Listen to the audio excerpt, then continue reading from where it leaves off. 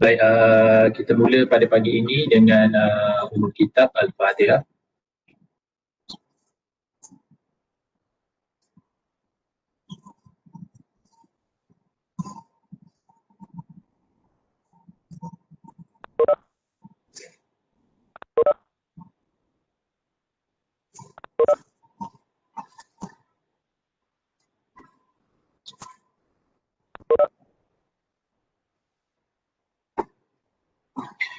Selamat pagi semua dan salam sejahtera semua.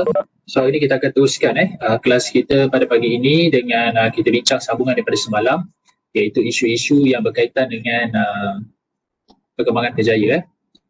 Jadi so pada pagi ini kita akan tengok dulu, kita akan lihat dulu kita ulang kaji sikit isu-isu yang berkaitan kerjaya yang berkaitan dengan wanita semalam. So dari segi wanita kita ada beberapa isu yang kita boleh fokuskan. So yang pertama kita tengok bahawa ini adalah sebenarnya isu ni jika berlaku pada wanita tidak semestinya tidak berlaku pada lelaki. Dia sama saja sebenarnya, tapi kecenderungan itu orang kata taburan tu banyak berlaku kepada golongan wanita, terutamanya wanita, tapi tidak semestinya tidak berlaku pada juga golongan lelaki. Sebagai contoh diskriminasi.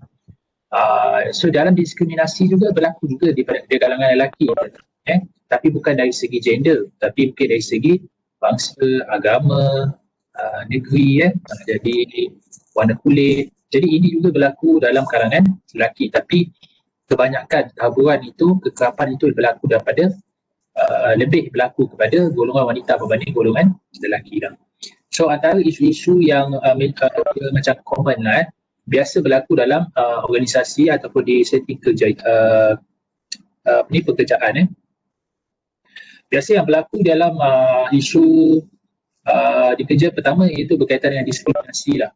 Okay, yang kedua dua peranan, berlakunya dua peranan, mana keluarga dan kerjaya lah. Kadang-kadang wanita ni nak membahagikan masa antara keluarga dan kerjaya. Kadang-kadang kalau tidak anak terabai, suami terabai, isu suami cari lain, suami dengan orang gaji, yang banyak isu yang kita akan hadapi lah. So isu suami main kayu tiga. Sebab apa? Kadang-kadang isteri tidak dapat melaksanakan tanggungjawab sebagai seorang isteri lah. Jadi lebih kepada terbawa-bawa. Kalau peranan kerja-kerja tu di tempat rumah pun terbawa-bawa. Jadi kadang-kadang suami dan anak terabai, jadi suami ataupun anak terabai, suami mungkin cari orang lain untuk memenuhi kehendak seperti kehendak dilayan lah. Itu daripada isu dia. Juga isu yang ketiga juga yang mendepani golongan wanita juga adalah berkaitan dengan penjagaan anak. So bila penjagaan anak tu, bila kita hantar dekat anak dekat pengasuh, banyak macam isu kadang-kadang kes-kes seperti tersedak susu, kan, anak sakit, macam ada isu di sekolah, disiplin anak. Jadi ini juga akan memberi sedikit kesan kepada golongan wanita dalam memfokus kepada kerjayanya. Okey, dan apa yang lebih malang lagi apabila berlaku kebanyak kes sekarang ni, kita tengok anak-anak dicabul. Itulah sebab kalau kita tengok isu sekarang, bukan saja anak perempuan dicabul, kadang-kadang anak lelaki juga dicabul dan diliwat. Ini sangat memberi kesan. So kesan yang paling besar kepada golongan wanita yang mempunyai isu ni, kadang-kadang datang lewat kerja, balik awal, tak boleh nak pergi outstation, tak boleh buat overtime, banyaklah kerja-kerja, lepas tu tak boleh fokus, komunikasi down di tempat kerja. Okay. Dan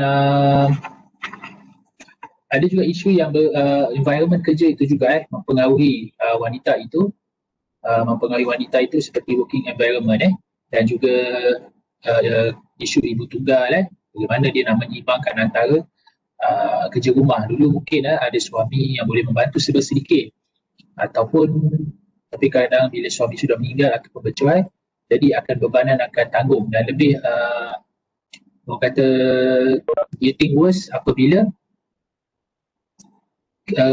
wanita tiada keperluan duit, ada masalah dari segi keuangan, jadi perlu bekerja. Dan yang juga isu common juga berlaku di antara wanita adalah sexual harassment. Itu ada yang berkaitan dengan berlaku dalam kerjaya dalam bidang wanita. Baik, So kalau lelaki pula kita lihat isu yang berdepani golongan lelaki adalah dia berkaitan dengan obsession with achievement and success. Apa maksud dia?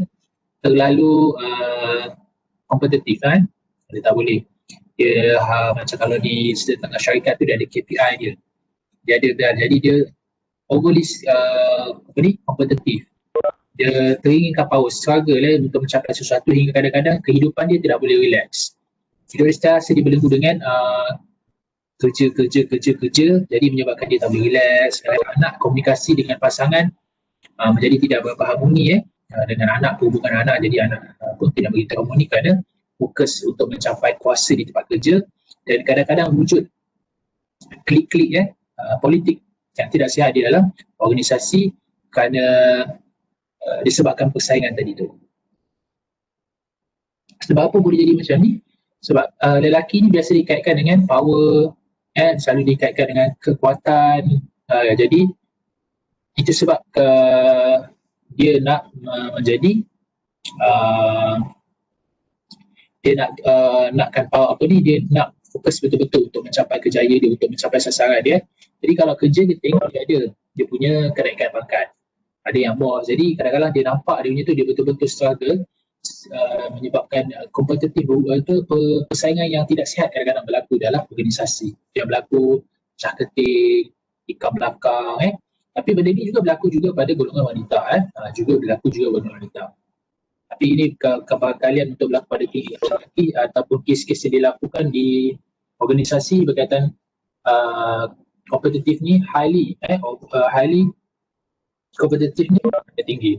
Sebab kadang-kadang lelaki dia avoid dia cuba halang diri dia daripada bergaul mesra dengan rakan sekerja sebab dia nampak self-closure, pendedahan ke diri dan emotional attachment ni adalah sifat-sifat wanita.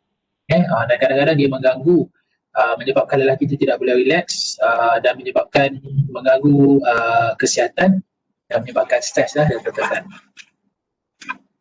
Okay. Dan itulah antara isu-isu yang besar berkaitan dengan suami dan juga ada juga suami yang house husband apabila suami tunggal jadi ini juga isu yang kita kena tengok lah kalau lelaki ni tunggal macam mana dia mengalami anak dia. Banyak juga isu kadang-kadang yang mengalami anak yang cacat anak yang cacat yang terpaksa kadang-kadang menjaga bapa di rumah. Jadi kaunselor kita sebagai kaunselor kena fokus isu-isu ni supaya ia tidak melarang kepada individu tu terutama sekali pada individu itu sendiri. Dan kemudian takut individu ni akan memberi kesan kepada rakan-rakan sekerja yang lain. Jadi kaunselor kena perhati, kena faham isu ni, cuba kita lebih peduli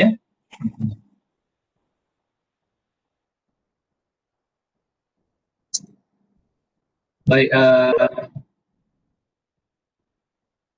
so hari ni kita akan pergi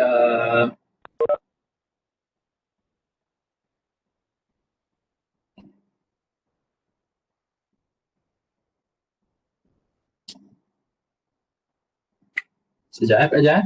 Kita tunggu lagi beberapa sahabat-sahabat kita.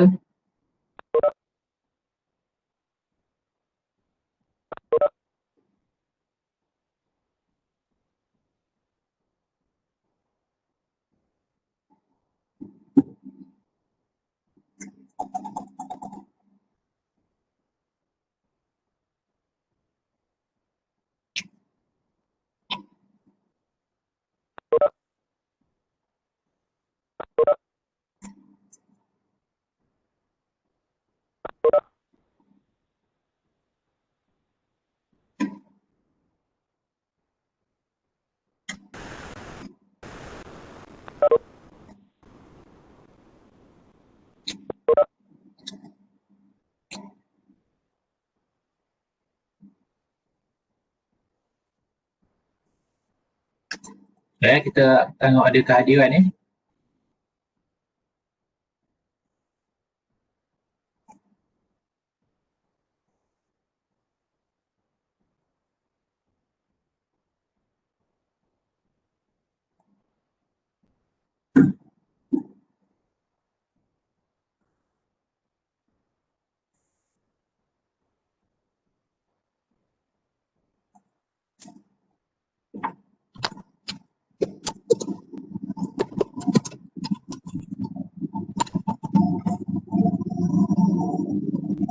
Okey. So hari ini kita akan sambung balik kita punya isu ni.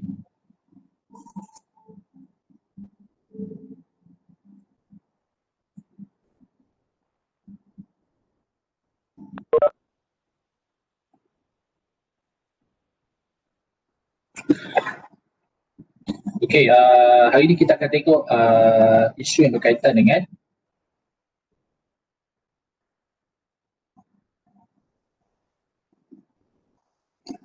individu yang disabilities, iaitu individu yang mana mereka digelar sebagai orang-orang upaya lah.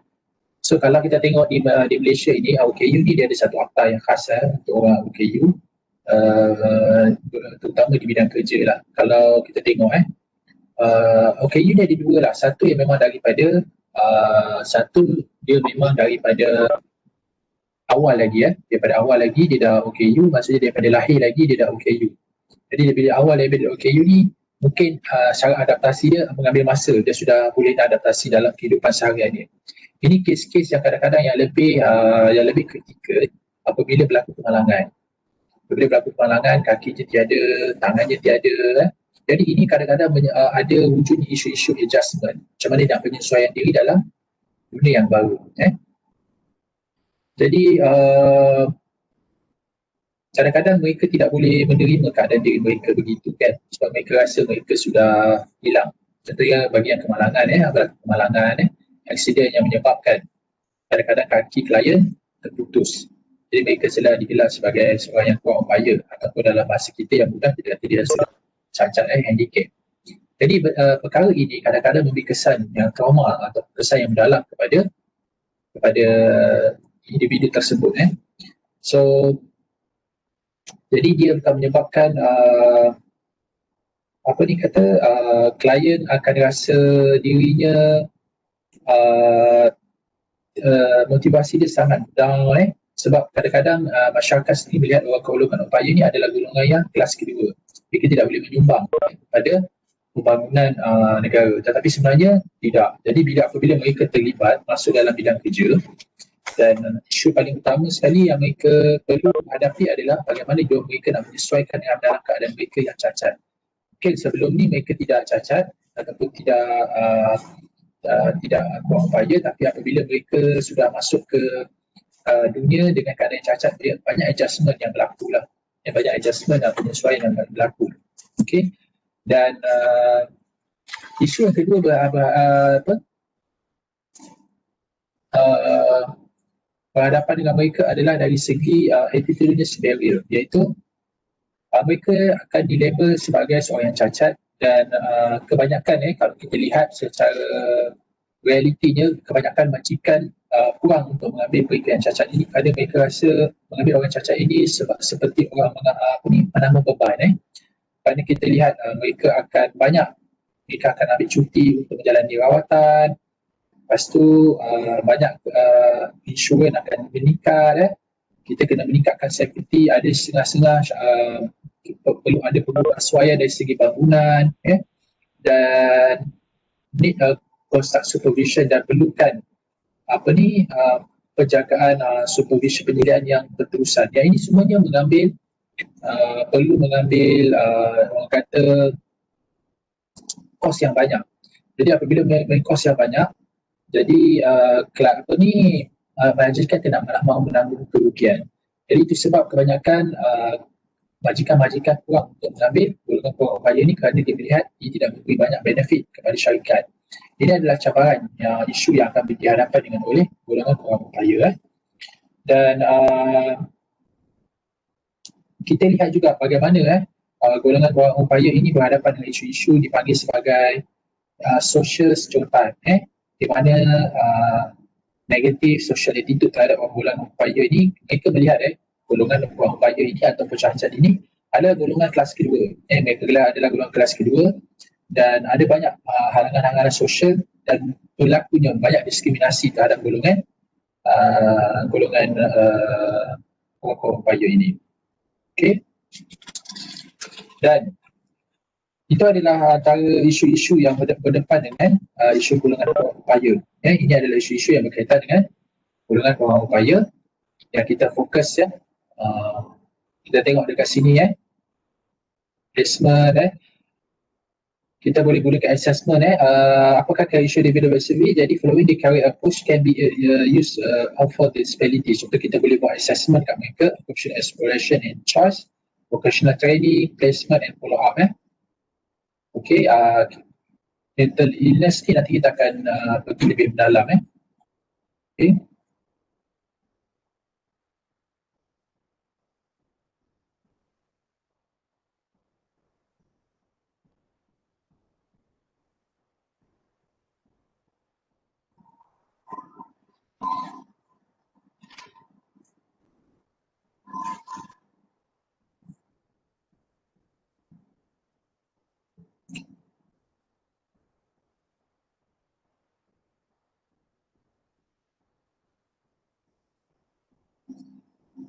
Tengok juga isu yang berkaitan dengan LGBT lah, LGBT di Malaysia. Saya baca sikit slide ni. Sexual orientation is one of many factors that may influence the career development process. Jadi di sini nak bagi tahu sexual orientasi juga merupakan salah satu faktor lah yang memberi banyak kesan kepada proses pembangunan kejayaan itu sendiri. One of the challenge of LGBT is to overcome the barriers that mainstream society place in their career paths. Discrimination issue. So kalau LGBT juga berhadapan dengan isu yang sama, iaitu yang dipanggil seperti diskriminasi diskriminasi. Diskriminasi apa? Mereka kadang-kadang diskriminasi dari segi gender mereka ataupun sexual orientasi dan identiti mereka. That main issue ostracism, sexual harassment, termination, avoidance, hidden discrimination. Ini adalah kita tengok beberapa isu yang mereka hadapi Kita tengok apa isu dia.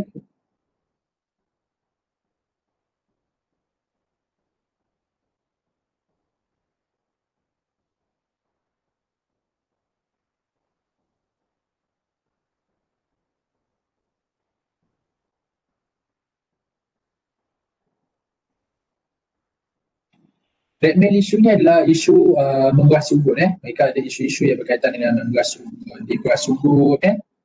Okay.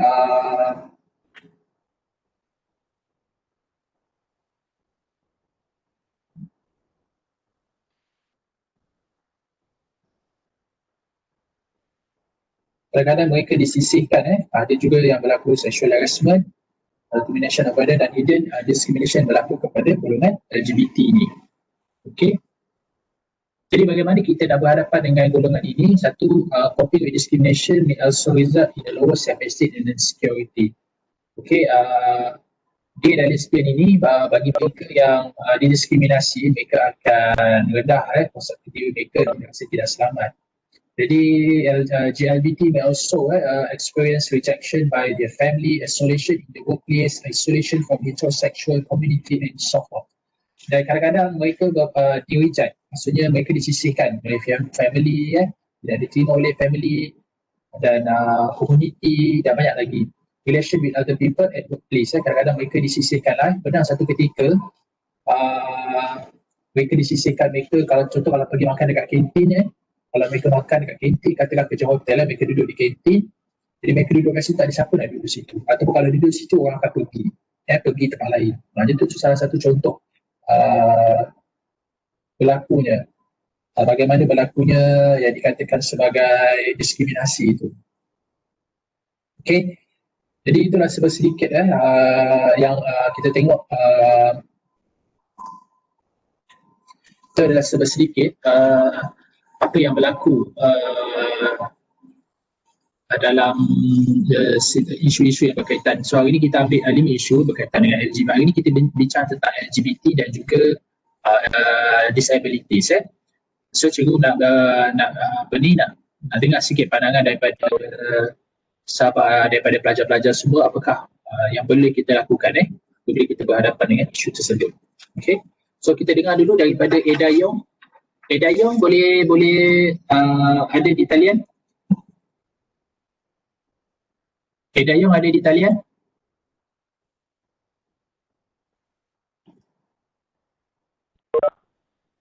Ada doktor. Okey, Dayong. Hari ini kita bincang tentang isu berkaitan dengan orang kurang upaya LGBT dan juga LGBT. So, Dayong lihat apakah cabaran paling utama yang dihadapi oleh golongan kurang upaya ni? Cabaran paling utama dia adalah penerimaan masyarakat terhadap Penerimaan dari segi masyarakat. Rasa kenapa boleh jadi begitu? sebab dia kan lain daripada orang biasa tuh, jadi dia memang akan ada setengah yang akan menerima dan ada juga setengah yang akan menjadikan dia. So, Dayong ada pengalaman ke kawan-kawan yang OKU? Setakat ni belum ada. Belum ada lagi Kalau katalah Dayong berhadapan dengan isu ni, apa yang Dayong akan lakukan sebagai seorang kaunselor? Kalau saya berhadapan dengan yang OKU tu ataupun berhadapan dengan orang yang berhadapan dengan orang OKU tu kan cikgu? Ya, apakah Ida boleh bantu mereka? Saya akan nasihat dia sebab dia bukan orang kelainan, supaya kita gunakan kelainan dia tu untuk perkara yang orang lain tak boleh buat. Macam kan kalau orang OKU tu dia ada kemahiran dia sendiri, macam melukis menggunakan kaki kah, kalau dia ada kelainan kaki, kita boleh nasihat dia gunakan kekurangan itu untuk kelebihan dia. Maknanya dia perlu toka kekuatan lain yang ada pada dia lah, lepas tu dia pacu. Macam tu kan maksud Dayong? Ada pandangan lain untuk kita nak bantu golongan upaya di dalam sektor pekerjaan? Kan ada agensi untuk yang kurang upaya tu sendiri, Dok. Cikgu. Boleh sarankan agensi itu untuk membantu dia. Maksudnya kita juga gunakan agensi-agensi tertentu seperti NGO, OKU ataupun JKM yang kita boleh salurkan maklumat kepada mereka untuk membantu mereka. Okey, terima kasih Dayong. Kita dengar daripada Christina. Christina ada di talian?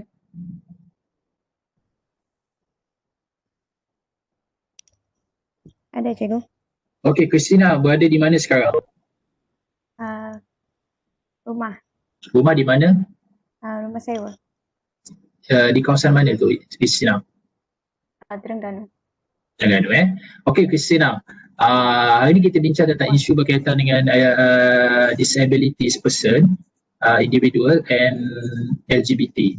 So, mana isu-isu yang rasa Christina nak fokus hari ini untuk dibincangkan?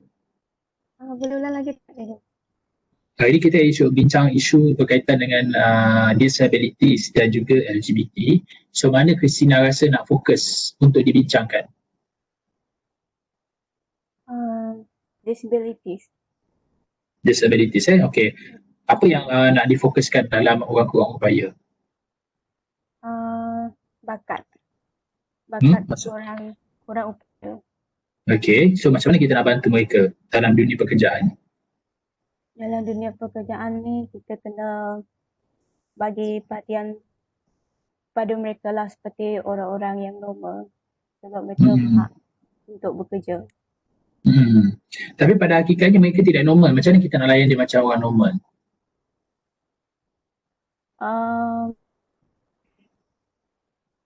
Kita kena layan diorang dengan adil lah, supaya mereka tidak terasa tersisih dan agak kurang berkeyakinan dengan kebolehan mereka ada. Contohnya dalam pekerjaan, macam mana kita nak berlaku adil pada mereka? Macam mana kita nak berlaku adil? Macam mana dalam sektor pekerjaan, macam mana kita nak berlaku adil pada mereka? Contohnya kita bagilah diorang tu sedikit mereka boleh buat dan memberikan mereka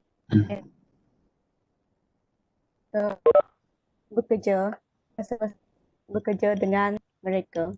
seperti mana kita Okey. memberikan layanan kepada orang-orang yang normal. Mana kita tengok juga kesesuaian kerja. Kalau rasa kerja Ya. tu memang tidak sesuai kepada mereka, kita tempatkan mereka di satu kerja yang lebih sesuai lah. Katakan kalau Christina besok nak buka syarikat kan, macam mana Christina nak bantu golongan upaya ni supaya Christina nak serap orang-orang golongan upaya ni bekerja dengan Christina nanti? Boleh ulang Apa lagi? yang Christina akan lakukan? Andai kata Christina ada sebuah syarikat, macam Christina buka syarikat, apakah yang Christina akan lakukan untuk pastikan golongan kita menarik golongan upaya untuk bekerja dia? Apa yang Christina akan lakukan? Apa yang saya akan lakukan, saya akan cuba berikan layanan yang istimewa lah, berlaku secara adil seperti pekerja yang normal. Okay, contoh macam mana Christina? Contohnya macam berikan kemudahan kepada Kemudahan. Okey. sebab kita supaya kita Okey.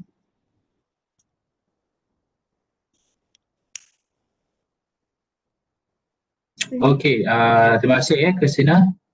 So kita tengok lagi, kita tengok hari ni kita siapa yang terpilih. Okey, kita nak dengar Mazlina. Mazlina di talian?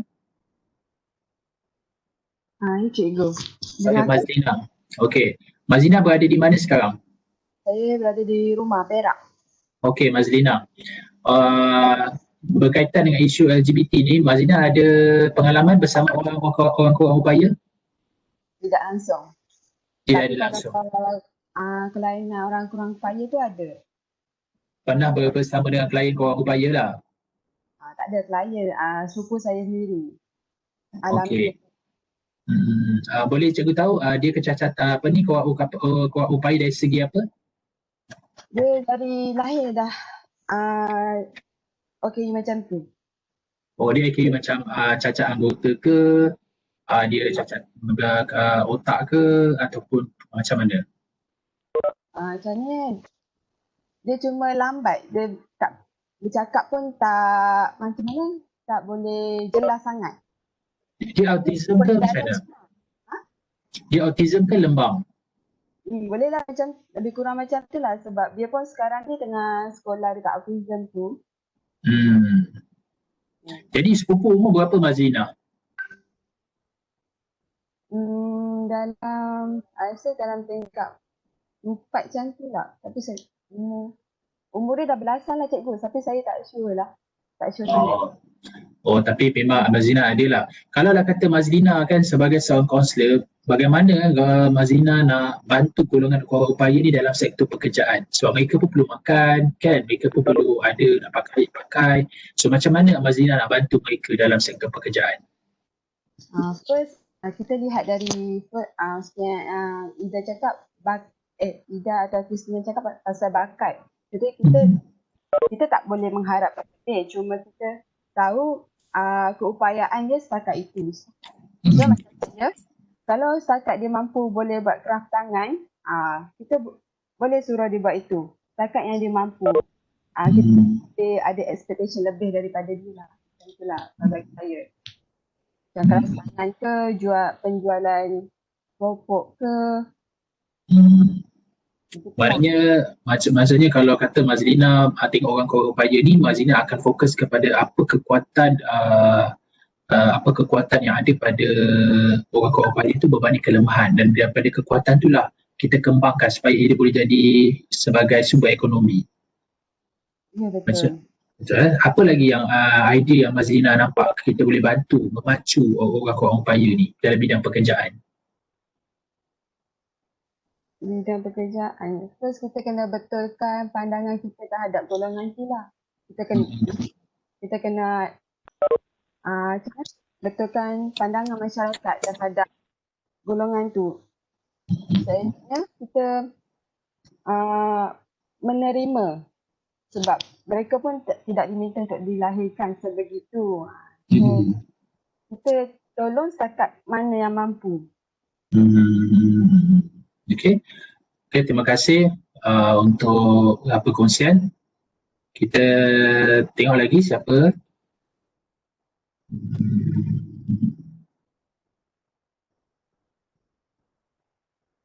Okey, lelaki tak ramai kelas kita. Azimalia ada, Azimalia. Ya, saya cikgu. Ya, Aziz berada di mana sekarang? Dekat rumah Kuala Narus. Penerus So, Aziz melihat isu orang kurang upaya ni macam mana? Orang kurang upaya. Apa ni?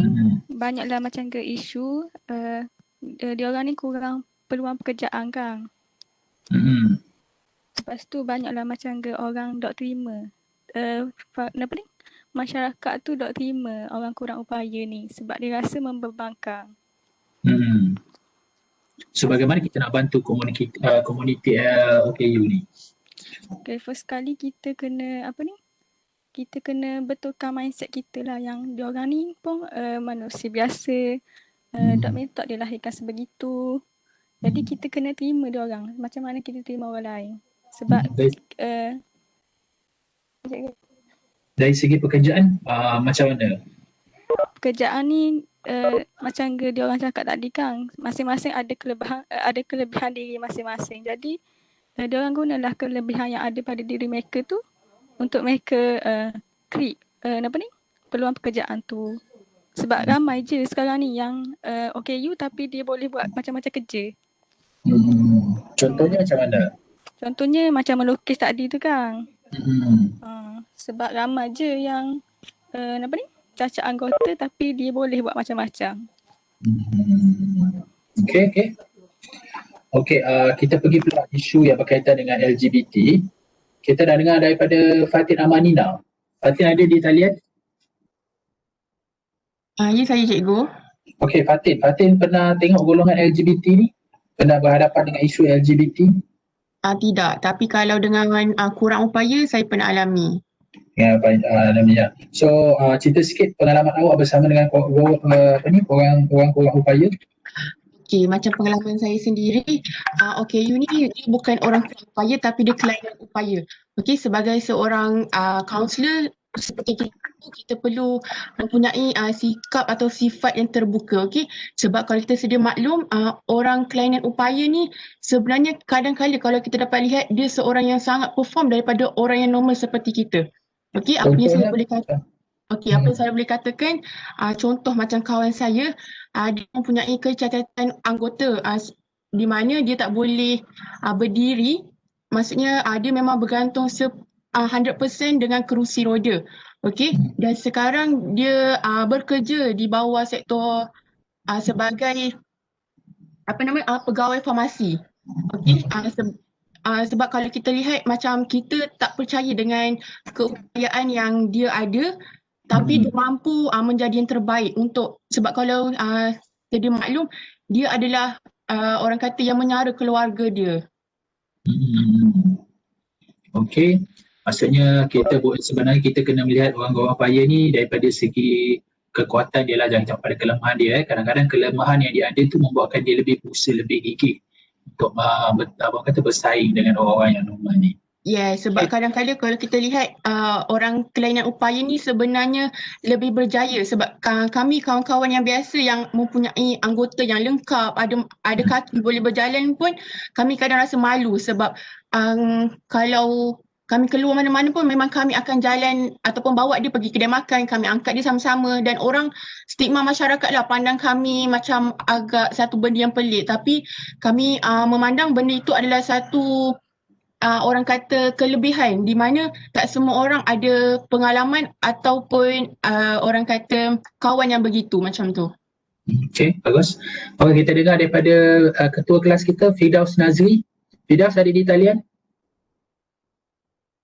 Ya, ada cikgu. Okey, Firdaus. Firdaus juga merupakan ahli jawatankuasa asrama. Ya, cikgu. Apa nama singkatan dia? Dulu MKS, sekarang JPKK. JPKK Jawatan Bahasa. Perwakilan Kursus Kediaman. Okey. Okey, pernah hadapi dengan golongan LGBT ni? Ada isu-isu Pernah macam tu. Mm-mm. kawan. So Fidas boleh berkongsi sikit isu dengan LGBT dalam kalangan mahasiswa? Okey, bismillah. So, macam pada macam yang golongan macam ni, kita as counselor pun ataupun personal peribadi, kalau bukan counselor pun tak boleh terlalu obvious yang mana kita terlalu menggolongkan dia, oh dia LGBT, kita tak boleh macam tu, sebab daripada situ sendiri kita dah tak ada penerimaan untuk dia. So ada je yang saya yang bukan belajar counselling pun dia pandai untuk blend dengan orang yang LGBT ni, mana dia tahu oh walaupun dia macam ni, kita bukannya sepatutnya kita tunjuk tak suka ataupun benda tu yang kita tahu memang dia buat salah atau yang kita terus tegur. So the one way yang patut dalam ada dalam diri seseorang ni, dia kena tahu macam mana.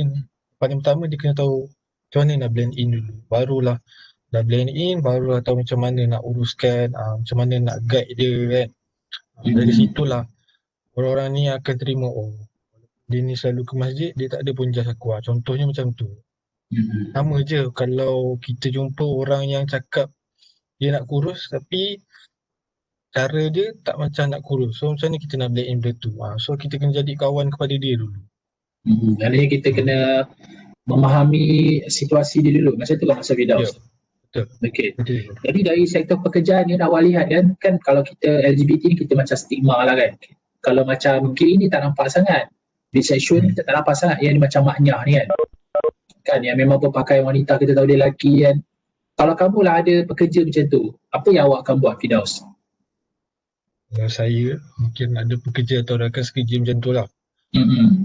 Pakaian macam, kalau dah sampai berpakaian macam tu, mungkin saya kena sedar dulu jugalah peranan saya. Kalau saya sebagai majikan, mungkin itu adalah hak saya.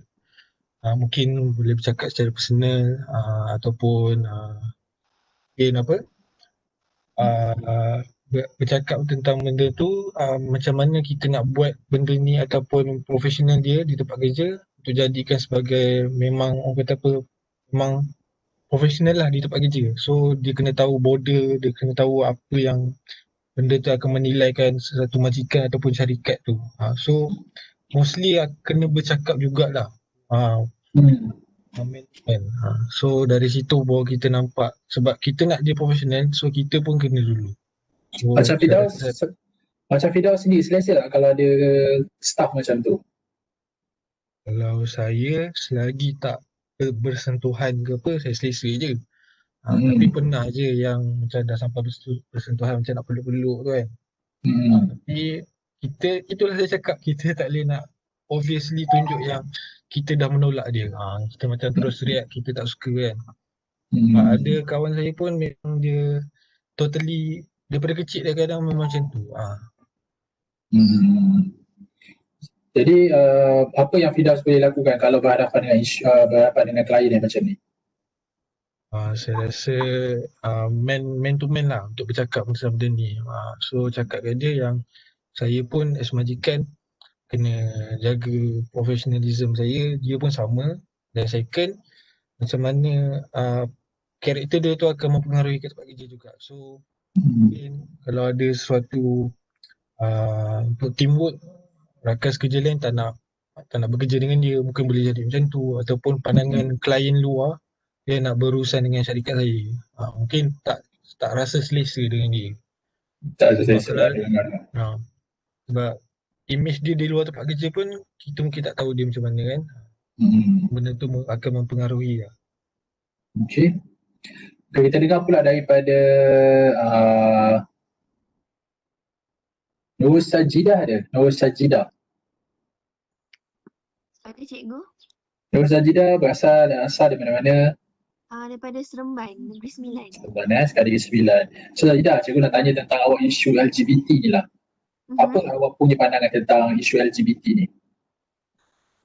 Dulu saya sekolah perempuan. Okay. Dan Saya pernah ada pelajar yang terlibat dengan orang kata dia macam lesbian lah. Okey. Tapi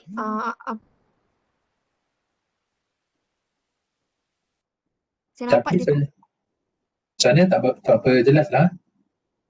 dia pelajar baru Okey. and then dia tak nak bergaul dengan orang sebab salah Okey. satunya dia takut. Sebab bagi dia macam orang ramai tahu dia terlibat dengan benda-benda ni dan orang judge dia, ramai tak nak berkawan dengan dia. Jadi sebagai seorang kaunselor memang bagi saya pertama sekali kita kena terimalah diorang dulu. Bukan maksudnya kita menyokong apa yang mereka lakukan, tapi kita bagi satu sokongan moral untuk mereka. Sebab kadang-kadang macam Firdaus sendiri kata mereka ni tak minta untuk jadi macam tu. Jadi mungkin dengan kita bagi kepercayaan kepada mereka, kita bagi sokongan, perlahan-lahan kita dapat kepercayaan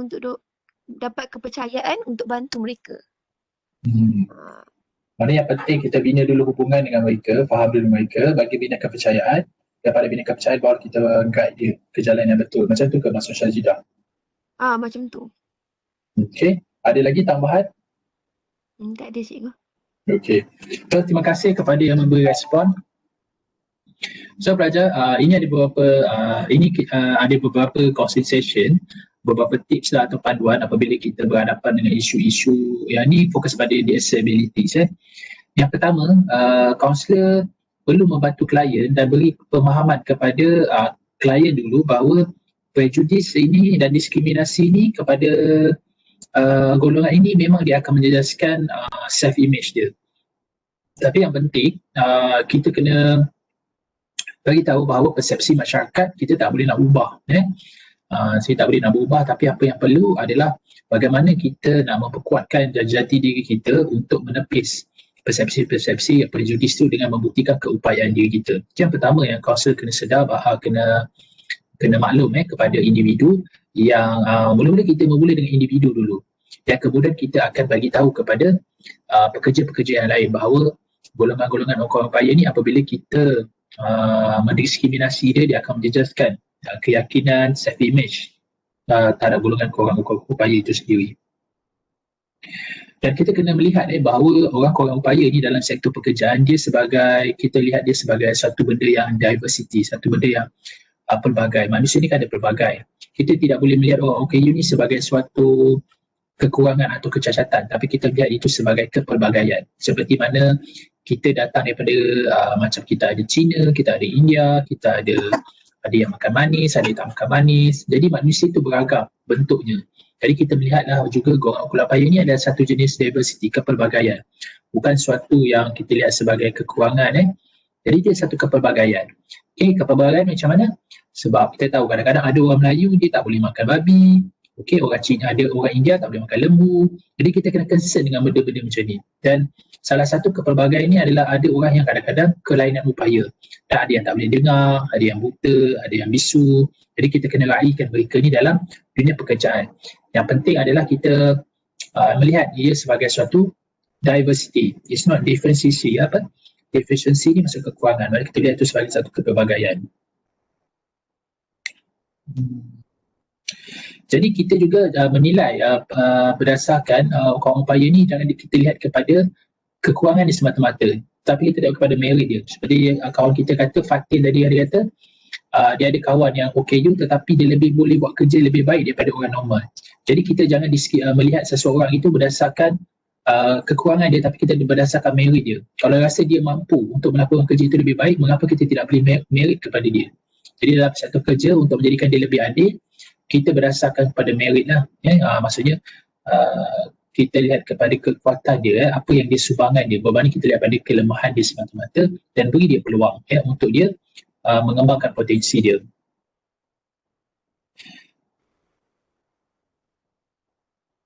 Dan kita juga melihat bahawa kadang-kadang OKU ini adalah satu keunikan. Contohnya kalau kita bekerja, kita ada golongan orang upaya, kita boleh melihat dia sebagai sesuatu yang unik. Kita jangan lihat dia sebagai sesuatu yang pelik. Kita lihat dia sesuatu yang unik. Dan sebenarnya kalau ada sektor-sektor apabila kita jadi majikan nanti, kita melihat ada majikan yang sudi ambil OKU, sebenarnya ia menjadi satu lambang kebanggaan kepada syarikat itu. Kerana dia satu keunikan lah. Tak semua orang nak ambil, jadi kita ambil orang upaya dia bekerja. Jadi itu sebenarnya satu keunikan yang ada pada syarikat itu, dan dia sebenarnya menjadi satu lambang kebanggaan kepada syarikat itu kerana dia sangat concern, sangat prihatin terhadap isu-isu kepelbagaian isu OKU ni. Jadi dia buka peluang. Jadi kita melihat bahawa betul-betul persepsi bila ada golongan orang upaya dalam tempat kita, mana satu keunikan, satu unik, satu benda yang unik, bukan satu benda yang pelik, sebenarnya satu yang unik yang mana kita mampu memberi ruang dan peluang kepada orang-orang yang payah yang mana orang luar sana tidak boleh menerima mereka, tapi kita sebagai satu tim dan satu syarikat kita boleh menerimanya. Jadi kita melihat bahawa ini satu keunikan yang ada dalam kita punya organisasi.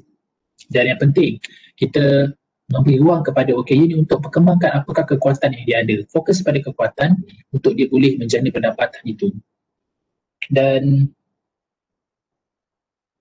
yang penting lagi satu, kita juga wujudkan satu jaringan komunikasi kepada mereka. Sebab kadang-kadang mereka ni apabila mereka cuba, mereka ni OKU, jadi kadang-kadang mereka juga nak support system, dan support system paling baik adalah di kalangan mereka sendiri. Okay, kadang-kadang kita kalau konselor di sana, kita boleh wujudkan satu konseling kelompok, support system, yang mana kalau ada kalangan klien kita yang kata penyakit kira macam tak boleh bercakap ataupun pekak ataupun kita kata yang cacat dari segi anggota. Jadi kita kumpulkan mereka yang juga cacat anggota untuk mereka boleh meluahkan, boleh berkomunikasi di antara mereka. Sebab kadang-kadang orang-orang payah ni dia mempunyai interaksi sosial yang kurang. Sebab mereka merasa rendah diri, mereka rasa orang tak faham dia, jadi dia menjauhkan diri daripada sosial. Jadi apa yang perlu yang boleh kita bantu mereka adalah kita wujudkan satu support system, iaitu mana kita kumpulkan mereka dalam kalangan dan kita bagi mereka berbincang, seperti konseling kelompok. Kita jumpa mereka, kita berbincang, dan sebenarnya ini dapat membantu dan mencambah idea yang lebih baik pada mereka dan beri semangat mereka, yang bagi kekuatan semangat pada mereka untuk terus meneruskan hidup. Ini adalah satu kaedah yang konselor boleh lakukan sekiranya berada dalam setting di mana ada pekerja kita yang kawan kelainan upaya. Kita ingat kawan-kawan upaya ada memang daripada kecil lagi, dan ada juga yang memang berlaku kemalangan. Yang inilah yang paling susah kita nak handle je apabila dari segi adjustment, sebab mereka selalu reject. Mereka tak nak dilihat sebagai orang yang lemah, mereka tak nak dilihat sebagai orang kelas kedua. Jadi mereka selalu reject, mereka reluctant untuk melakukan sesi konseling, tapi sebenarnya mereka perlukan benda ini sebagai satu support dalam emotional support dekat dia untuk terus dia bekerja dan meningkatkan produktiviti dia. Okey, itu saja setakat ni. Jangan lupa kamu isikan kehadiran yang Firdaus telah masukkan link dekat chat, masuk dekat situ dan cikgu akan semak siapa yang tidak hadir. Jika ada isu-isu yang berkaitan tu boleh bagi surat terus kepada Firdaus. Firdaus fokus pada untuk share pada cikgu. Baik, sebelum kita tutup kita punya kelas pada hari ini, ada apa-apa soalan yang masih pelajar tidak clear?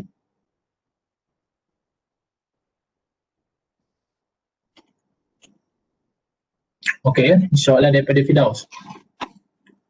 Kalau yang teori perkembangan kejayaan tu kan, kita kena buat je ke berpandukan buku original ke ikutlah, atau kita tunggu dulu cikgu ajar kita baru pilih mana satu teori yang kita nak buat assignment tu.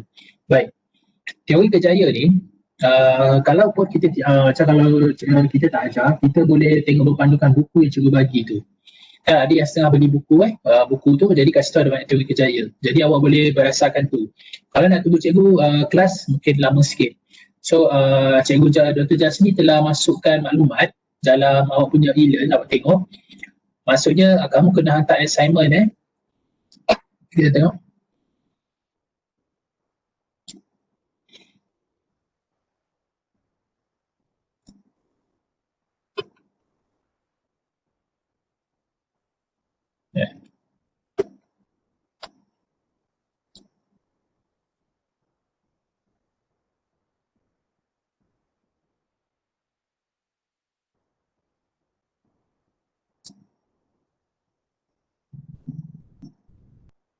Okay, kalau sini Dr. Jasmine suruh masukkan assignment pada minggu ke penghantaran tugasan kumpulan kumpulan 2 tak kira lah 1, 2, 3 awak kena hantar pada minggu ke-9 iaitu 2 Disember 2020.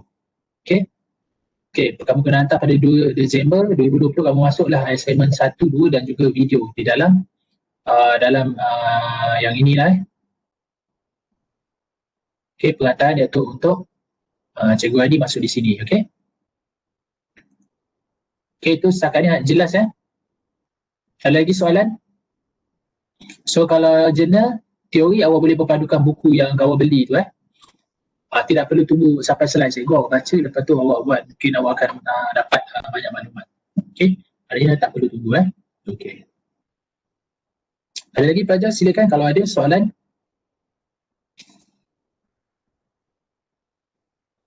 Okey, kalau tak ada, kita tutup kelas kita pada hari ini dengan tasbih kifarah suratul Asr.